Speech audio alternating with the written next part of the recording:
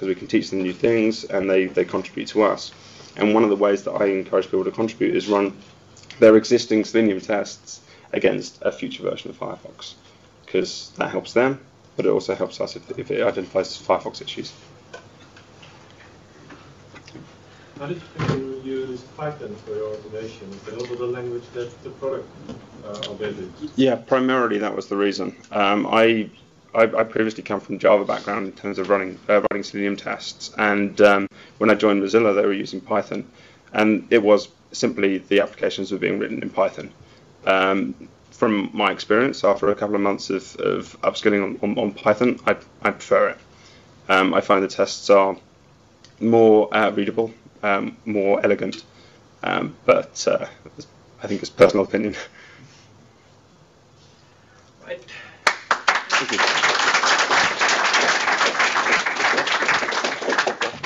Thank you. And finally, we have Francois, and his talk is about using the Selenium infrastructure to test native iOS apps.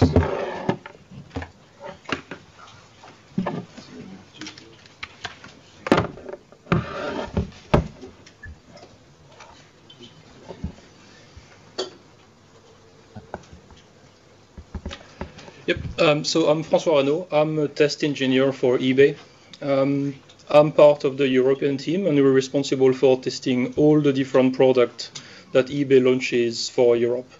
So that means a lot of it is web, but we also have some Windows application, and we also have mobile. So I'm also a Selenium committer, and I'm responsible for the grid part. Originally, grid came from not for Selenium, but for the desktop application that we were testing. We have a desktop application framework that uses something that is very close to Selenium. So we did grid for that. And because it's very close to Selenium, it was easy to integrate it to Selenium. So the part that we didn't have is mobile. So that's the part that we're trying to address. I'll show you what the goal was for the project, where we're at, the problem that we've seen, and how we deploy that into grid. So the goal was to define something that implements and feels like WebDriver. So using the same concept with REST API, this is very similar to what Native Driver was doing, if you're familiar with the project. The only thing is, with Native Driver, we had some problem using it because you need to change the application that you're testing, and we wanted to try to do something a little bit different. We wanted something that is independent from the operating system or the language, but if you do something that is following the Selenium protocol, you have that directly, you have that automatically. And I wanted to try to use the Apple toolset. So they already have something for testing the native app, so I wanted to try it. And we wanted to handle the localization problem. Everything in native OS is using text to locate all the elements. And we have to test 12 sites in 8 different languages, so we wanted to avoid having to maintain our own dictionary for absolutely everything. So that's the instrument. I don't know if you can read it, if you can read the text there, but that's the tool that Apple provides for testing native apps. It's all in JavaScript. It's working really well, but it makes me think about Selenium IDE 3 or 4 years ago. So everything is very tied to the content. You have to use it from within the Apple UI, and you can't really scale. It's using JavaScript, so I mean it's nice enough to work with. So what's currently there? So we have partially done the API definition. I mean it's not perfect, but it's there. The server is implemented. We have a proof of concept of a Java client that implements that. We handle the content management problem, and we've integrated with everything else that we have. So the API definition, I think that's the most important part, and that's the part that we haven't done really well in the project. But for me, the most crucial thing for the Selenium project and what makes it really cool is the very stable and documented API definition. When Dave was talking about replacing the Firefox driver with one provided by Mozilla, this is only possible because the API is super stable and really well defined. Something for Google Chrome. When the Chrome driver that you wrote 10 times was taken over by the Google team and the Chrome team, they could do that and replace it one-to-one because the API was done. The API that I did is very close to the UI automation API. So if you take the doc from the Apple tool, that will be a one-to-one mapping with the API that I've done. That's not really by design. It's because it was easy to copy-paste and it works. But that's definitely something that needs to change. The part that works exactly like Selenium is that every single API call starts with the /session and then gives the session ID, and that means that you can integrate that into Grid. So all the calls that are in the Apple framework are there, but I also added some others. One part that Selenium is really good at, and that I find UI automation from Apple is really bad at, is finding elements. If you look at the example from Instrument, if you want to locate something that is at the bottom of your object tree, you will have to navigate the entire tree because everything is searching only the direct children of your element. And usually, when I'm doing the regression for my application, I don't really care about the object tree. I want to find the button. I don't care if it's 10 levels down in the object tree. I just want to find it. So I want something that traverses the entire object tree. So that's the main difference between the Apple tool and the API that enhances the tool. On top of all that, so we have a Java client to write the test. The reason it's written in Java is because eBay is a Java shop. There is no other reason. It's kind of counterintuitive if you're working in Objective-C to write your test in Java, but that's what we do. It's the same thing as Selenium. That will become a normal test. There is no specific setup for testing an iOS application.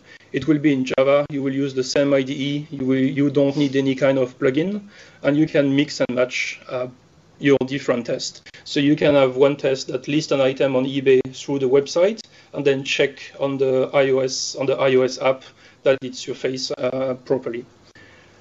Because it's a normal test, you can run it in a CI with no additional effort. And you can use your favorite test framework to run the test. You don't need to learn another one for that.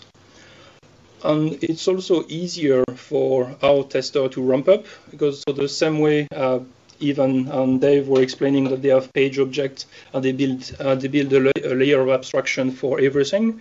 We can do the same here. It's not a page object, it's a screen object, but you can abstract away all the differences. And that helps a lot when you have to test 12 different sites every time you test a new feature. The part that is the most interesting, I think, is the integration capabilities. So as soon as you have defined your API, you can remotely connect to an iOS application and test it. You can integrate that into Selenium Grid. So you can have a single Selenium Grid that has some web nodes, some iOS nodes, and some Windows nodes for us. The tester doesn't need a Mac anymore to test the application. So I think that's not, it's not like everybody has a Mac now, so it doesn't really matter. But what that means is that the CI can run on the Linux machine. So for the CI, you don't need to have a Mac that builds your system and then something else for the web. You can manage multiple application version and languages. So I think that's for us. That was really a key, and we can run all the tests in parallel. And as I said before, you can combine iOS apps with web apps and Windows apps. It also, so in the test that we're doing, what Aaron was explaining earlier, like making the data completely isolated is what makes our test flaky or not. And 50% of our web tests are about creating the right data and creating the right scenario for the test. And because we're using the same test framework, the same IDE, and the same everything, we can reuse all these data generation routines directly into the iOS test. The part that is very different is the content management part. I don't know if you can read the screen. If you inspect the elements on your iOS apps, everything is localized. So if you have to test in 8 different languages, you somehow have to maintain this dictionary. But what makes it really easy for the iOS case is that every single application that you test is shipped with all the localization inside it. So you can open those files and get the translation directly from the files. So that's assuming that you don't want to test the content itself and that you trust that what you have in the files is right. On the example here, so you see that's one example for eBay. If you want to look at, you have so all the value, the key value are the keys and then the translation. The naming convention that we use are kind of weird, so you have the impression that that's the English version and then the German translation. It's the key, it's just that they use the English version for the key. But you can take that and you can automatically translate it into the correct locale. Yeah. You have a question? And it also supports variable, so it's really powerful, and everything is already integrated into your app. Can I ask a question? Yeah. Why you want to use Selenium to test translations? I don't want to test Selenium for translation. Oh, then I didn't get you. Yeah, so there is no choice. If you're testing iOS, the only value that you have for every element displayed on the screen is the name, the value, and the label. And they are all localized because they're used for accessibility. Yeah. So you somehow, in your test, when it reaches the iOS application, before that you need to have it translated. Yeah. If you, sorry. Yeah, go ahead. Now, why don't you just use the English one? Or You mean for the German market? I'd love it. But is the app really different then? Sorry? Is the application really different then? It's completely translated, yes. Yeah, translated, but that's just the item you're not interested in. The translation. Oh, like every single button and every single element is completely translated. Yeah, what Oliver is trying to say is that if you're trying to test functionality, it Yeah. doesn't really matter what language you pick, because Yes, the but translation will not have different functionality. So why not just pick the English one and then assume that the rest is also okay? yes, no, I see what you mean. But that would also assume that every language has the same size for the translation. If you test in English and then go to the German version, every single piece of text is going to be twice the size and it's going to break all the layout. So you will need to test localizing. Changes, you check that. Yeah. Okay. Okay. No. 9. Well, this one is kind of, I would consider it the same size, but yeah, and you don't have a choice. So if you use the Apple tool, the only way you can select your element is by targeting the content. So you could ask your developers to put everything in English for every single locale, but then you would still to test yet once more for checking that it doesn't break the layout and everything else. So you can also use just a non-existing language, but with different lengths for each string. Yeah, but if you test that and it breaks, the developer will tell you, but no language is that long, and you will have to test it with Germany again. And it's just, yeah. German is default, just get it. Okay. We also didn't want tester to have to go inside the Xcode project and check how the screens are built. So we built a small IDE that dumps the object tree and takes a screenshot. So that's what you see here. On the left-hand side, you've got a screenshot of your application, and on the right-hand side, you have a dump of the object tree. If you look, I don't know if you can see. If you look here, so that's the localization part. If you go to a place where you can find the key and you can find the localization, it turns blue. And you can get, so the key here is browse category, and it will automatically translate to all the different languages. So if you use that in your test and say find by key, when it reaches the application, it will find it automatically. So that means that you can use that not to test the content, but you can completely get rid of the content complexity and assume that your content managers are doing the right thing and test the functionality without considering the content at all. So it's working nicely. There are some drawbacks though. It's working fine for the eBay apps because it's only using pure native apps and there is no HTML pages in it. We only have one HTML page, the user agreement. And if you look at what it looks like for Apple, they consider everything as native element. So you will have a list of 200 static text and static button, and you can't really do anything nice with it.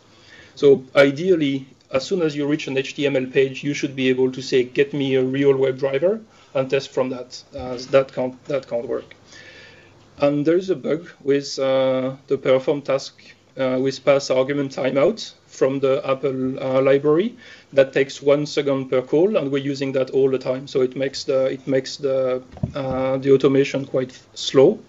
There is a workaround, but it's not really great. I mean, ideally, we should have that fixed.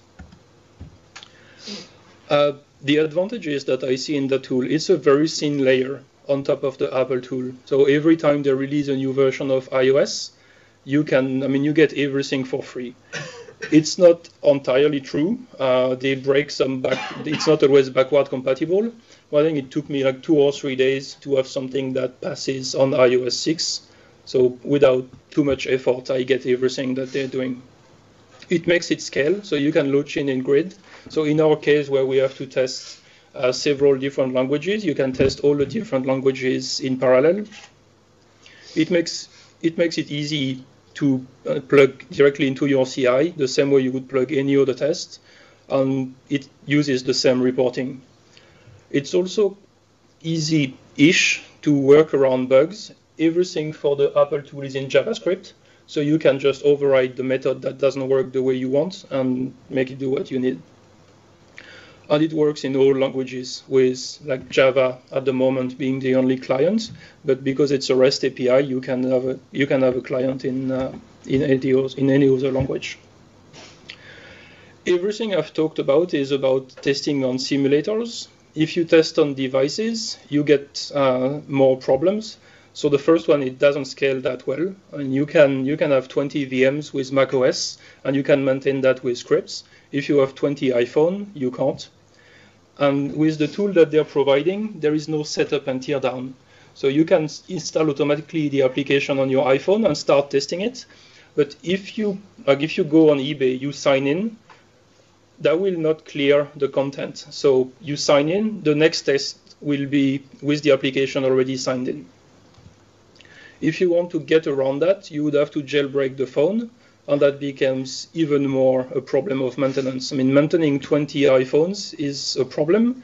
20 jailbreak iPhones, I don't want to go there. Deploying in grid, because it's using the same protocol, there was no work at all. We just took the grid that we had for eBay and deployed everything in it. We had a custom web UI for the console, so of course that doesn't apply, but that's just the rendering. And we plugged the IDE directly into it. And so what Dave was talking about, we already have everything in VMware for the web. It's nothing, I mean, we're not using VMware because of the feature that it provides against competitors. It's just that we have the license for the company, so we use that and it works. And we built everything on Mac Minis using their vCenter. So it's quite cheap. It's working really well. And deploying a new OS X from scratch takes us less than a minute. So we would need to have a really good reason to start using some real iPhones and having to click and uninstall everything manually, because with simulators it's working really well. Also, it's automation, but we don't want to automate absolutely everything. We always have to test manually with the real device, because we can check that when you click the button, it clicks, but that the application feels right and that it's not too laggy. you can't really automate that. It's way easier to have a human being using the application. I have a small video that shows what it looks like. Oh, you don't have to read the code. I don't think you can anyway. Oh, I can't read the code. So that's what it looks like on one Mac Mini. So we have 3 VM on the Mac Mini, and it's running the application in the 3 VM in parallel and executing the test. So if you at the bottom you see the graph is the CPU. It's quite CPU intensive, so that's at the moment that's the bottleneck for us. We can only use 3 VMs per Mac Mini because that's the limit for the CPU.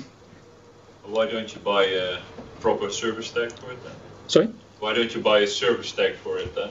If you have the high CPU load. You can. So if you want to virtualize Mac OS, you can only have Mac hardware. So I mean, Apple thing. Yeah.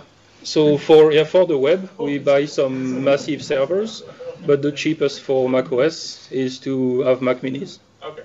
And it's also, I mean, that's in the proof of concept phase. So I mean, that's working fine for Mac Minis. We can show that we can do it, but it's not really. We can't really invest a massive amount of money yet. Have you considered other automating scripts like Grease Monkey or Monkey script it's called?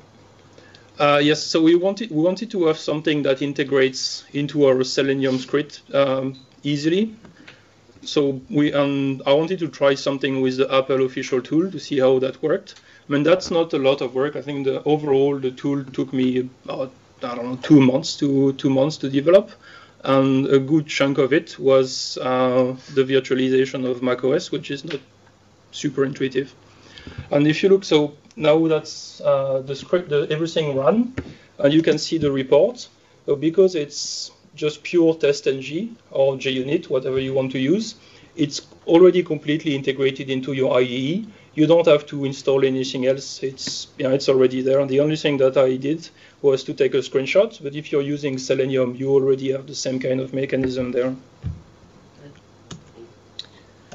And yeah, the last thing is the to-do list. So it's a proof of concept. It's not completely done yet. There is no documentation, or there is 1 page. It doesn't do non-eBay calls. What I mean by that is I developed everything to test the eBay application. So like on the eBay application, there is no Flickr, or you can't put the application on landscape. So that is not developed, but all the basic stuff that you need for testing the eBay apps are developed. Then the next 2 bullet points are going closely together, protocol and more clients. So the question for me at the moment is whether I should move closer to the Selenium protocol. And if I do that, then I can reuse directly the Selenium client. I don't have to build my own. Yeah, I don't know if that's going to happen. If you use the Selenium client, you already have all of them. You already have all the support classes and everything. That's nice. But you have to manipulate web element when it's not web at all. And you also have to use the selector for the web, which are not really applicable for native apps. And working on devices, it's not done. So that's on the to-do list, but I don't know if that's going to be done at any point. The project is open source. It's on GitHub. So if you want to try it out, go ahead. Any questions? Yeah. I have 2 questions. I know that you also developed the Calabash driver. Yes, that's not me. That's another guy in the team. Yeah, but okay, he did. As a and you are in the same presentations anyway. So I was wondering, Calabash can also support iOS and Android. Are you thinking of merging them, or how is that in the future? And the second question is, how is the iOS driver different from the iPhone driver that already exists? So correct me if I'm wrong, but the iPhone driver in Selenium is only for web. Yeah. So it's testing web pages in an iPhone, where that is testing iOS. For the like the different framework, ideally what I'd like to see is a common API that everybody can use, and then you can plug whatever implementation you want in there. So it shouldn't be you have your test written in Calabash, so you can only use Calabash as a backend. If you're using something like the Selenium protocol, then you can switch and take the implementation that makes more sense for you. There is a big summit for mobile automation in the open source mobile automation at the beginning of November, organized by SOSLab. The Calabash guys will be there. I will be there. Everybody in the open source community will be there. So my guess is that this is something that we will discuss. Okay. Yes. You told about automating, and then if they switch to a new iOS version, there are some things that are improved and some things that are suddenly dropped. Yeah. How do you keep your test set flexible to support the newer iOS, but also the older ones? Or do you just build different builds of the test? So the Apple framework was introduced with iOS 4, and the call that we use to make it compliant with the Selenium protocol is only available since iOS 5. So your question is only between iOS 5 and 6, and it's too recent for me to give a good answer. But my guess is that it's going to follow the same path as the development teams are following. If it's very close, they will have the same branch for both. If it's completely different, then they will split the project into two, and the tester will have to split their test suite into two as well.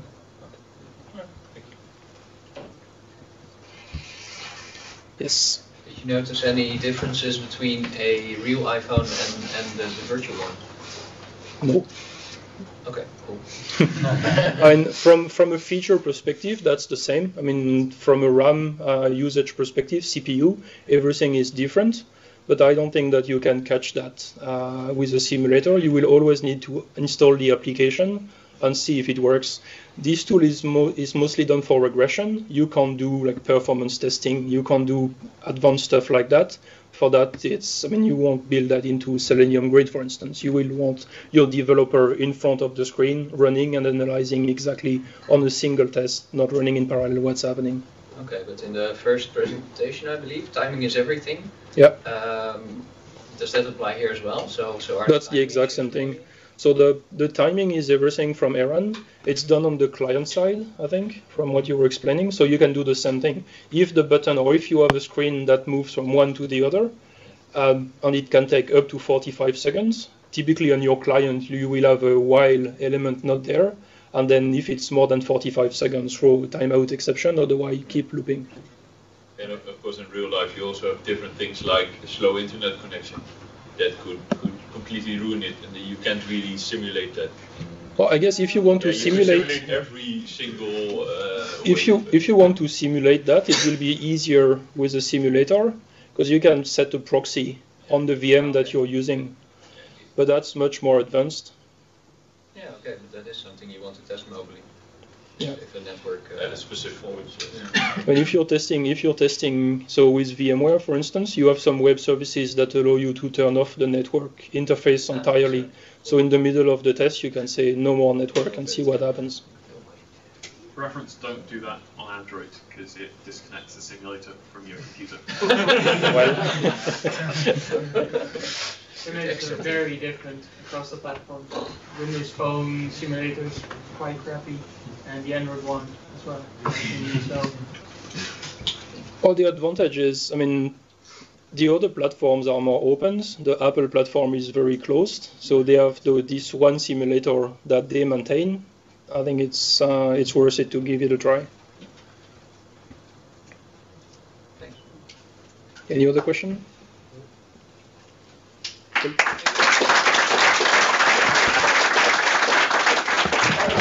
Thank you very much. It's really good. So we have come to an end.